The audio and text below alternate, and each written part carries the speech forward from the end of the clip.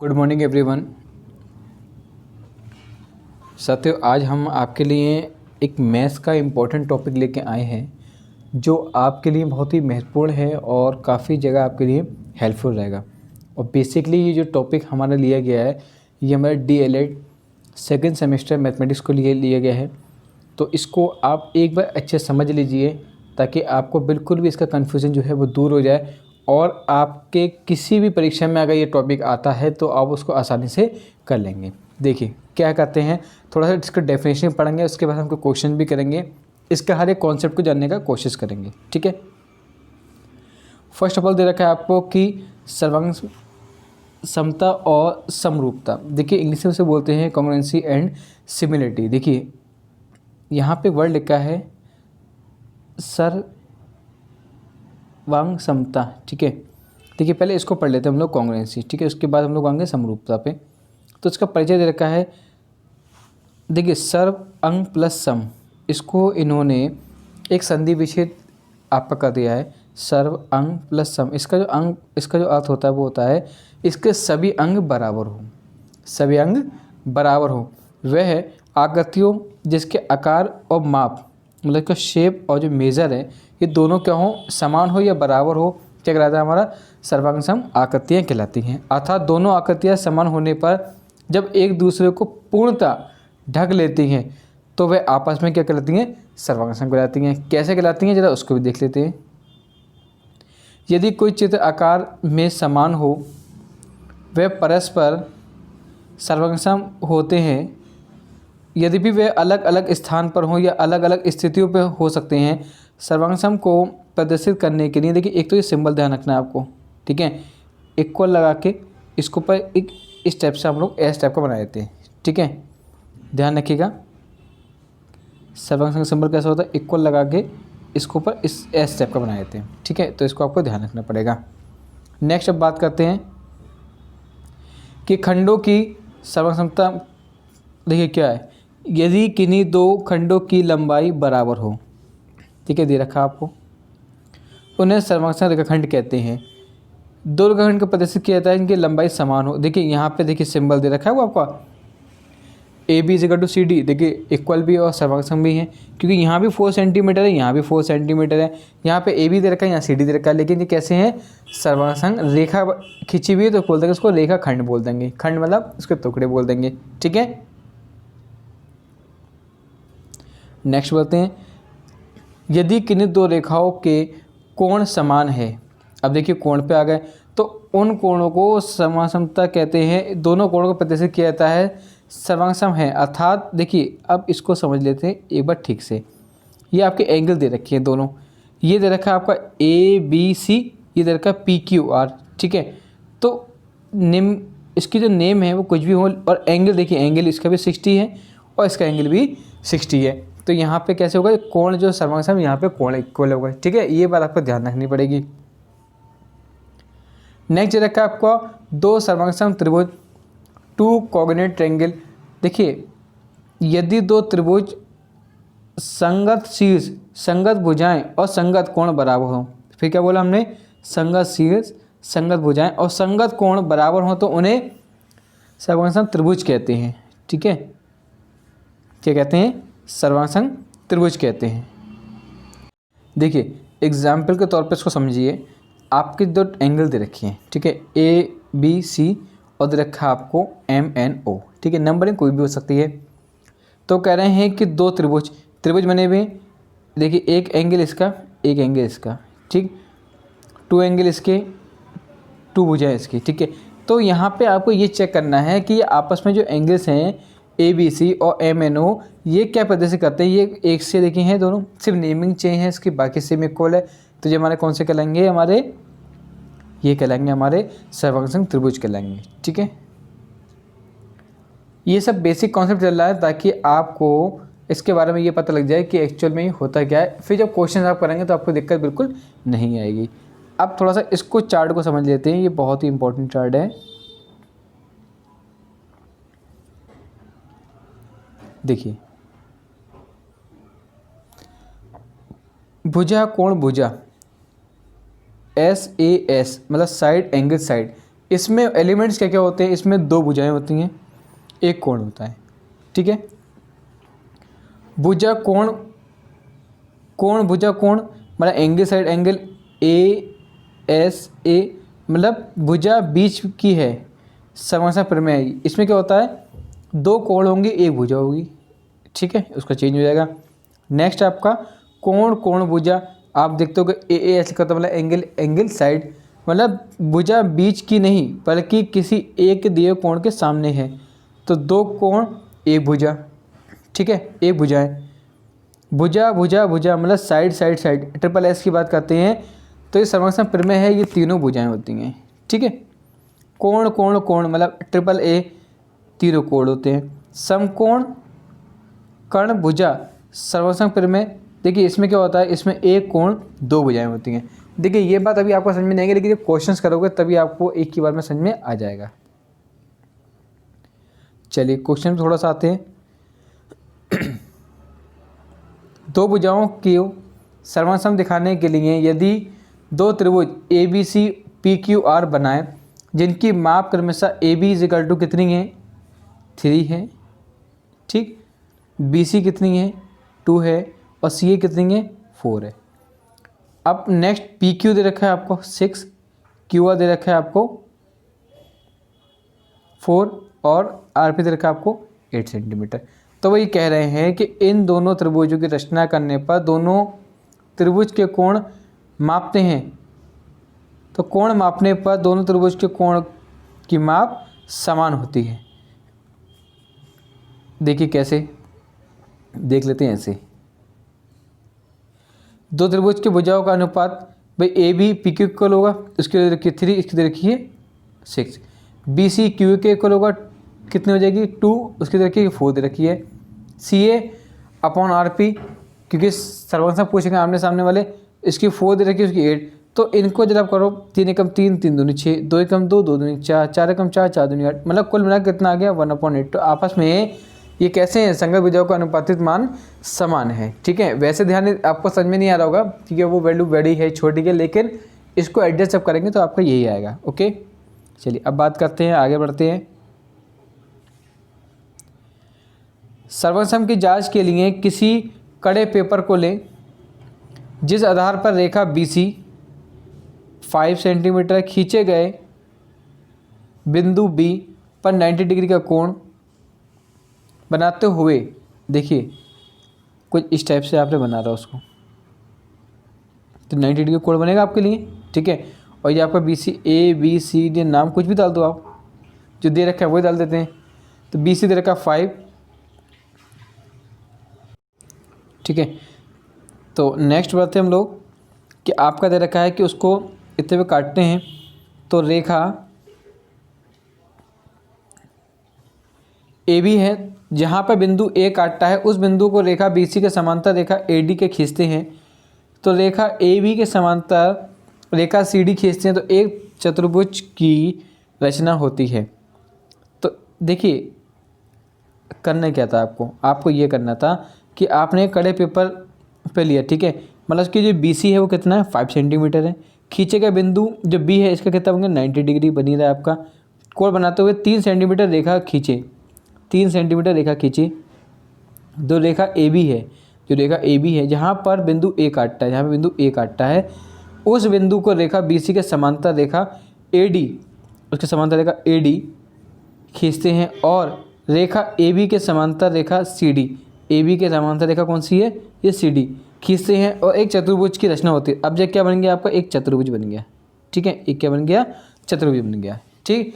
इसी प्रकार कह रहे हैं, वो कह रहे हैं सेम सिमिलरिटी की एक QR दे रखा है आपको, भाई QR है 5 सेंटीमीटर, तो मतलब कहने मतलब ये है कि यहाँ पे नंबरिंग चेंज हो गई है, बाकी ABCD चेंज हो गई, वहाँ PQRS कर दिया, बाकी सेम एजिटेड रहेगा, ठीक है। तो कह रहे हैं कि अब एक दूसरे को चतुर्भुज को कैंची की सहायता से काट लेते हैं। अब दोनों चतुर्भुजों को एक दूसरे के ऊपर रखते हैं, ये दोनों चतुर्भुज एक दूसरे को पूरा ढक लेते हैं, अतः चतुर्भुज ABCD और PQR आपस में कैसे हैं, सर्वसम है, ठीक है। ये आपको डेफिनेशंस टाइप की हैं, ये आपको भाई याद करनी पड़ेगी, क्योंकि आप अगर एग्जाम में इस टाइप से क्वेश्चन पूछे जाते हैं तो आपको इसी टाइप से करना पड़ेगा। ये खास कर पता है DLED सेकेंड ईयर के सेमेस्टर के, ठीक है।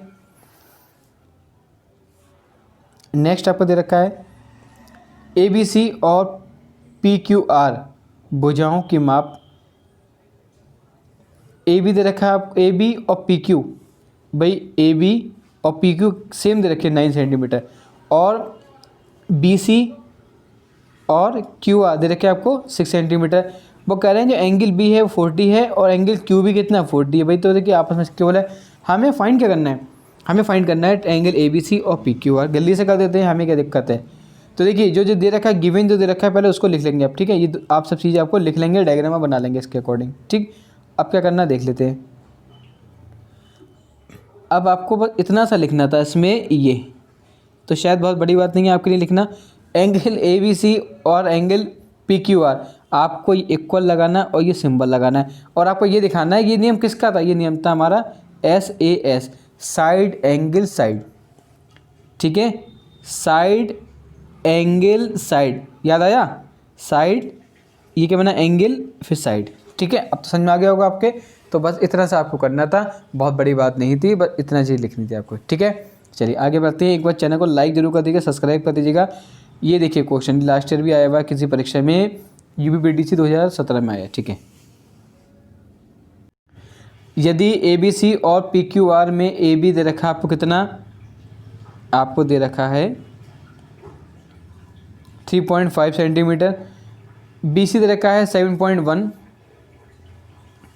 AC दे रखा है आपको 5। सेम आपको कंडीशन ये भी इसकी दे रखी है, लेकिन यहाँ पे थोड़ा सा एंगल को चेंज कर दिया गया है। तो भाई बिल्कुल टेंशन नहीं लीजिएगा, आप चाहें, मैं आपको एक बार बता देता हूँ कि एंगल का शेप चेंज किया है लेकिन एंगल चेंज नहीं है, ठीक है।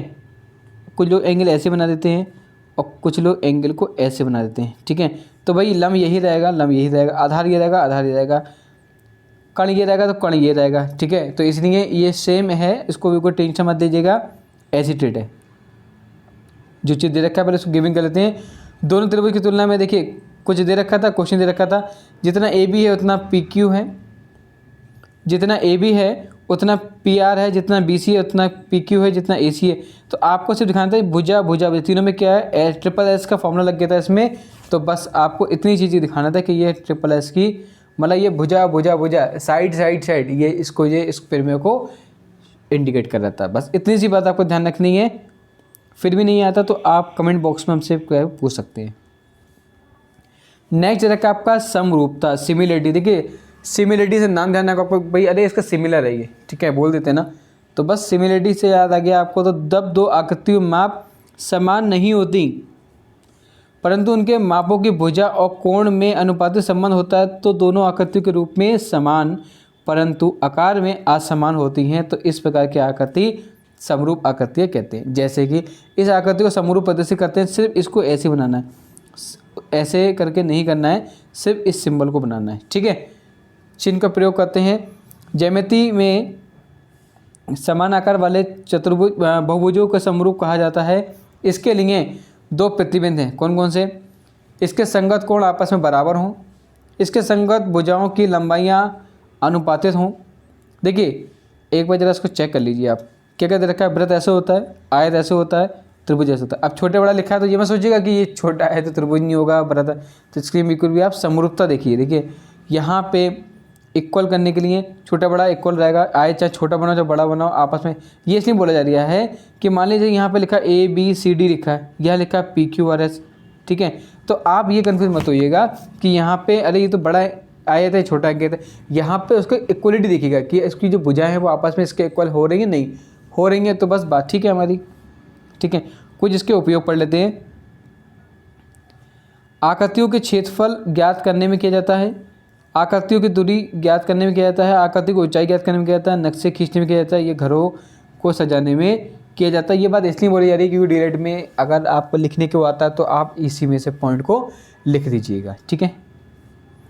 नेक्स्ट आपका आता है सर्वसम की समरूपता में अंतर, difference between congruency and similarity. देखिए अब बात करते हैं त्रिभुज PQR और XYZ में एक त्रिभुज के प्रत्येक कोण दूसरे त्रिभुज के प्रत्येक कोण के क्या बराबर है, तो भुजाओं की भुजाएं भी बराबर हों तो इस त्रिभुज की आकृति और आकार क्या होगी, समानता होगी।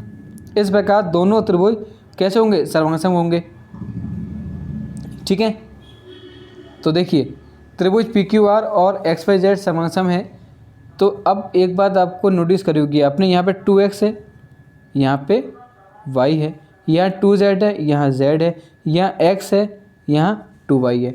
अब इसमें आपको कुछ बहुत बड़ी बात दिखाई नहीं दे रही होगी, सिर्फ इसमें क्या है 2:1 का अनुपात है। ठीक है, क्यों? क्योंकि ये इसका 2 टाइम्स है, मतलब इसका दुगना है। बस इतनी बात ध्यान रखनी है, इसके अलावा कोई डिफरेंट नहीं है, लेकिन ये आपस में समरूप ही है। ठीक है, ये ध्यान रखनी है। कुछ चीज़ें ये ध्यान रखनी है, कुछ समरूप आकृतियाँ सम सिलेबस शेप होते हैं, कैसे कैसे होते हैं वो देख लेते हैं। समरूप रेखाखंड सिमिलर लाइन देखिए इस टाइप से होती है। ठीक है, ये आपको मालूम होने चाहिए कि ये किसके लिए पूछी जा रही है। समरूप वृत्त पूछे जाए तो इस टाइप से पूछे जाते हैं। समरूप स्क्वायर जब वर्ग है पूछा तो वर्ग हमारा ऐसे भी होगा, ऐसे भी होगा और ऐसे भी होगा। ठीक है, समरूप समबाहु त्रिभुज जो होगा वो हमारा कैसा होगा, एंगल ये भी होगा, एंगल हमारा ये भी होगा। अब देखिए एग्जाम्पल समझ लेते हैं डायरेक्ट इसका, कि आकृतियों में दिए गए त्रिभुज के युग्म में कौन सा युग्म समरूप है, कौन सा युग्म समरूप है। तो समरूप त्रिभुज के सांकेतिक रूप को व्यक्त करना है। देखिए यहाँ पे आपका एंगल दे रखा है, यहाँ पे ए बी सी दे रखा है। देखिए एंगल छोटा है पी क्यू आर, ये क्यू है, ओ लिखा हुआ है आर। ठीक है, अब ये देखिए कि ये छोटे बड़े से मतलब नहीं है, जितनी वैल्यू ए की है उतनी वैल्यू पी की है, जितनी बी की उतनी क्यू की है, जितनी सी की उतनी आर की है।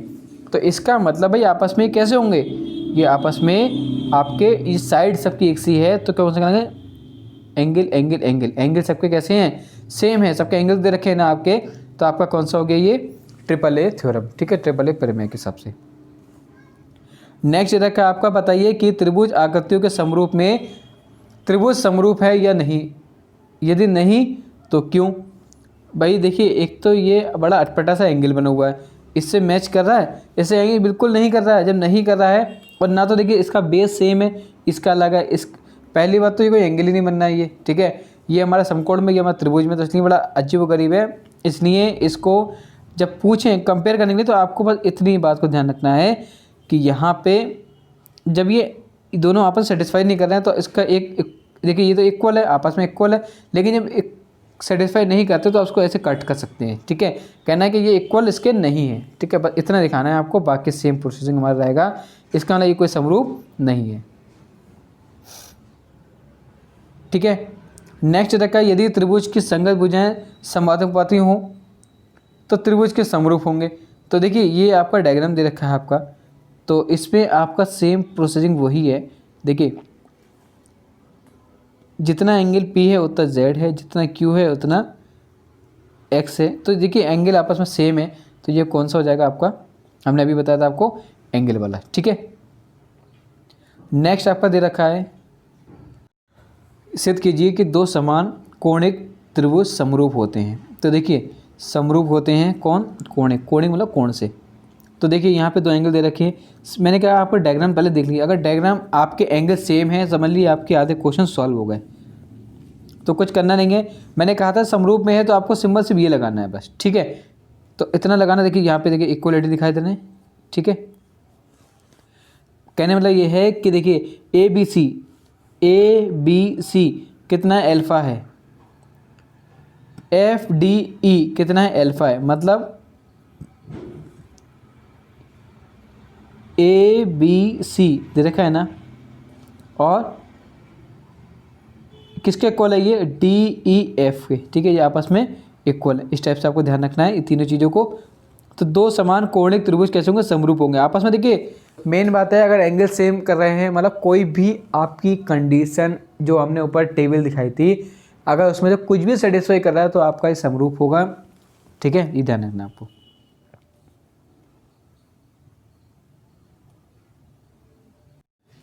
सिद्ध कीजिए कि दो समरूप त्रिभुजों के परिमापों के अनुपात किन्हीं दो संगत भुजाओं के अनुपात समान होते हैं। तो देखिए एंगल XYZ और DEF समरूप हैं, तो परिणाम के लिए देखिए जितना, अब थोड़ा आपको डायग्राम दिखाया था पहले मैं आपको, तो आपको याद रहेगा।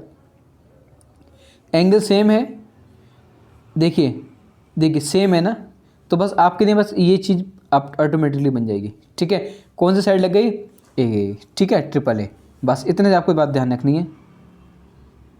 सिद्ध करना है कि समद्विबाहु त्रिभुज की समान भुजाओं को समद्विबाहित करने वाली माध्यिकाएं समान होंगी। बस आपको ये डायग्राम बनाना है, ठीक है। अब आपका क्या कहना, आपने नाम डाल दिया, इसका ए कह दिया, इसको बी कह दिया, इसको सी कह दिया। अब वो कह रहे हैं कि ये त्रिभुज हो गया। अब जो बी है, जो बी और ए एफ है, वो कैसे ए सी और बी सी को मध्य करते हैं। अब इसको आप अगर काटते हैं, इसको काटते हैं, वो कह रहे हैं जो बी थी वो कौन सी होगी आपकी, एंगल ई पे हो गया साइड पे, और ये आपका एफ पे। तो देखिए ये डायग्राम दे रखा था आपको सेम, तो इसके अकॉर्डिंग आपने इसको उपनिष्ठ कर लिया, कॉमन कर लिया। कन्फ्यूज़न अगर ज़्यादा हो रहा हो तो आपको बस यहाँ पता होगा। वो कह रहे हैं सी एफ है ए ई, जो कि जो सी एफ है वो कहाँ पे आपका, ये रहा सी एफ और ए ई, सी एफ और ए ई। तो ये देखिए ये किसका, ये ए सी और बी सी, ए सी और बी सी के।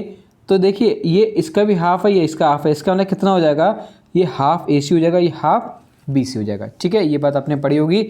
और इसलिए जो एंगल, इसको देख लेते हैं एक बार, इसलिए जो ए सी एफ और एंगल डी बी सी ये कैसे हैं, सी एस ए एस मतलब साइड एंगल साइड, भुजा कोण भुजा, और ये कैसे हैं हमारे कॉन्ग्रुएंट में, ठीक है। ये ध्यान रखना है आपको। जब सर्वसंग त्रिभुजों में संगत भाग बराबर होते हैं तो सर्वसंग त्रिभुजों के संगत भागों के लिए हम तब संक्षेप में है, मतलब देखिए इसका ध्यान रखना फॉर्मूला आपको सी पी सी टी, मतलब फॉर्मूला क्या, मतलब फुल फॉर्म ये corresponding part of congruent tangent लिखते हैं इसको। मतलब कहने का ये है, आपका दे रखा A F is equal to B E, जरा डायग्राम में आते हैं एक बार तभी आपको याद रहेगा। A F is equal to B E, मतलब यहाँ पे आपका तो इसकी माध्यिका काटी गई थी, ये उसके लिए, ठीक है। चलिए नेक्स्ट क्वेश्चन की बात करते हैं। कुछ रिलेशनशिप हैं संबंधी, इसको आप पढ़ लीजिएगा, चाहे स्क्रीनशॉट लेकर रख लीजिए आपका, ये आपको डायरेक्ट आपको याद करनी पड़ेंगे, आपको एग्जाम में पूछ सकते हैं। चलिए यहाँ पे आते हैं हम लोग कि त्रिभुज P Q R, angle P दे रखा है और 70 दे रखा है, क्यू आर और पी क्यू आपस में इक्वल है, जो एंगल क्यू और आर आपको उसमें फाइंड करना है। तो देखिए आपको सिर्फ एक भुजा दे रखी है, कोई दिक्कत नहीं है, हम उससे भी आंसर्स का निकाल देंगे। तो एंगल पी दे रखा है आपको 70, जो आपका पी आर और क्यू आर आपस में कैसे इक्वल है। तो आपको फाइंड जो दे रखा है वो कह रहे हैं कि यहाँ पे क्यू और आर को फाइंड आउट करना है, ओके। चलिए इसमें फिर हम लोग एक एंगल दे रखा होता है हमको कि साइड रखी होती है, फॉर्मूला आपको ध्यान रखना रिमेंबर कि एंगल पी एंगल क्यू के एंगुलर किसके इक्वल होता है, 180 इक्वल होता है। तो आपको ये ध्यान रखना है कि एंगल क्यू और एंगल जो आर है ये आपस में इक्वल हैं। तो इसका मतलब अगर इसकी वैल्यू इसमें पुट करते हैं तो ये एंगल आर की वैल्यू एंगल क्यू हो जाएगी और एंगल पी आपका 70 दे रखा है। तो फाइनली आपके पास एंगल 2Q हो जाएगा और ये 70 वहाँ पहुँच जाएगा, 180 में सब्ट्रैक्ट हो जाएगा, कितना बचेगा आपका 110। तो इसको 2 से डिवाइड कर देंगे तो एंगल क्यू कितना आ गया आपके पास 55 आ गया डिग्री। तो जब एंगल क्यू 55 आ गया तो एंगल आर भी 55 होगा, क्योंकि अभी आपने खुद बताया था कि ये ऊपर आपस में इक्वल है, ठीक है। इतने क्वेश्चन को ध्यान रखिएगा। नेक्स्ट क्वेश्चन पे आते हैं कि एक त्रिभुज के दो कोण क्रमशः क्या क्या दे रखे हैं आपको दे रखे हैं 65 और 70। ये एक दूसरे के त्रिभुज के दो कोण और दूसरे त्रिभुज के दो कोण आपको दे रखे हैं 70 और 45। तो ज्ञात करना है कि त्रिभुज समरूप है, ठीक है। तो अकॉर्डिंग टू क्वेश्चन की बात करते हैं। पहले जो दे रखा था आपका दे रखा था 65 और 70, तो इसको तीसरा कोण भाई आपको नहीं मालूम होता है तो हम क्या करते हैं, ठीक है। तो हम उस एंगल में से इसको सब्ट्रैक्ट कर लेंगे। तो मतलब तीसरा कोण हमने 180 मान लिया, तो 180 में से सब्ट्रैक्ट करेंगे, दोनों को जोड़ के कितना आ गया 45। नेक्स्ट वाले में भी यही करेंगे हम लोग, दे रखा है 70 और 45, उसको भी 180 में सब्ट्रैक्ट करेंगे, कितना आ जाएगा आपका 65, ठीक है। अब ये दो एंगल आपके पास निकल के आ गए। पूछे हैं कि दोनों त्रिभुज के सभी कोण समान है, तो ये त्रिभुज कैसा होगा, समरूप होगा। तो कहने वाला ये है कि ये दोनों त्रिभुज के सभी जो कोण हैं वो समान अगर हैं तो ये त्रिभुज समरूप होगा, ठीक है।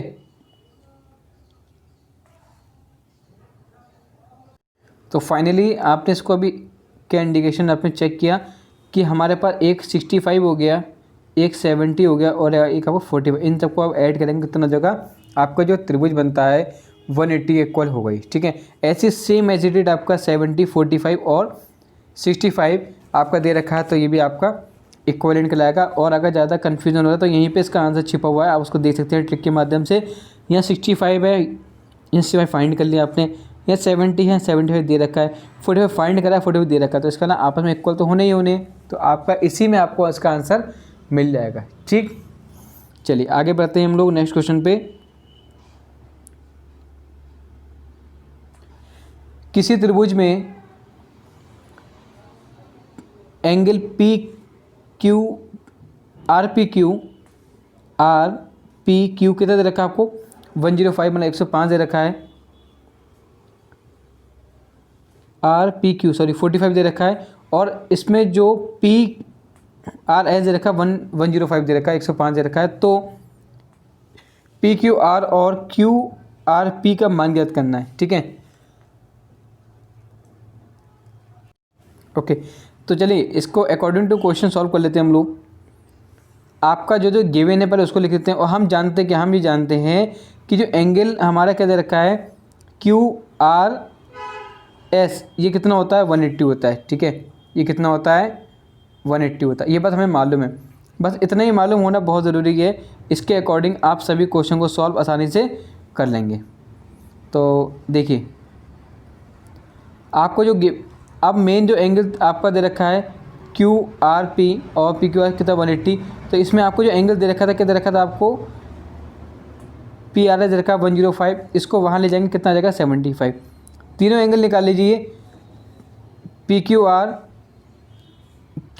पी और आर पी क्यू कितना होता है 180 होता है। रिमेंबर ध्यान रखना आपको, इनकी वैल्यू आपको पता है, इनकी वैल्यू पता है, इसको वैल्यू ऐड करेंगे, इसको वहाँ जाकर सब्ट्रैक्ट कर देंगे कितना आ जाएगा 60। तो फाइनली कितना आ गया आपके पास जो आपको फाइंड करना था, आपको जो जो वैल्यू निकालनी थी वो आपके पास अब फाइंड हो गई है। क्या क्या फाइंड हो गई है, आपको निकालना था पी क्यू आर वो आपके पास आ गया है, आपको निकालना था क्यू आर पी वो आपके पास आ गया है। ठीक है भाई, इन दो वैल्यू को आपको फाइंड करना था, ये आपके पास आ गया है। बस यही आपका मेन इंपॉर्टेंट क्वेश्चन है, इससे बाहर नहीं आएगा। इसको अच्छे से कर लीजिए, डिलीट चेंज करके खुद भी उसको चेक कर सकते हैं, तभी आप उसको आसानी से कर पाएंगे। ठीक है, चलिए कुछ कॉन्सेप्ट छोटा सा है वो उसको भी आप देख लीजिए, ये आप चाहे इसका स्क्रीनशॉट लेकर रख लीजिएगा कि त्रिभुज के समसम होने की शर्तें, क्योंकि ये आपका एक ही नंबर में अगर पूछ सकते हैं तो उसमें आपका आ सकता है, तो उसका स्क्रीनशॉट लेकर रख लीजिए। और बहुत बेसिक है, रिवीजन के तौर पे अभी हमने आपको लास्ट क्वेश्चन कराया वही है। ठीक है, मैं आपको फिर बताता हूँ कि अगर एंगल का शेप चेंज है तो कोई टेंशन वाली बात नहीं है, लेकिन इक्विवेलेंट होने चाहिए। अब यहाँ पे थोड़ा सा चेक कर लीजिए, यहाँ पे एंगल थोड़ा रोटेट कर दिया है, तो इसका ना ये नहीं है कि ये एंगल अलग है। देखिए मैं थोड़ा इसको रोटेट कर देता हूँ, यहाँ पे जो हमारा इस समय 55 हमारा, अगर इसको हम हाइपोटेनियस से चेक करते हैं, मतलब करने से चेक करते हैं, तो हमारा यही रहेगा। बाकी हमारा एंगल सेम है, तो इसको आप थोड़ा सा आप घुमा के देखेंगे तो भी सेम चीज़ आपको प्राप्त हो जाएगी। ठीक है, अब इस एंगल में क्या करा है, रेसिप्रोकल कर दिया, इसको ऊपर कर दिया, इसको नीचे कर दिया, लेकिन थोड़ा रोटेट कर दिया, घुमा दिया है, तो बाकी चीज़ हमारी सेम है, इसलिए बिल्कुल भी आप उसको ज़्यादा टेंशन मत लीजिएगा। Thank you so much watching this video, और प्लीज़ चैनल को लाइक और सब्सक्राइब करना बिल्कुल ना भूलिएगा।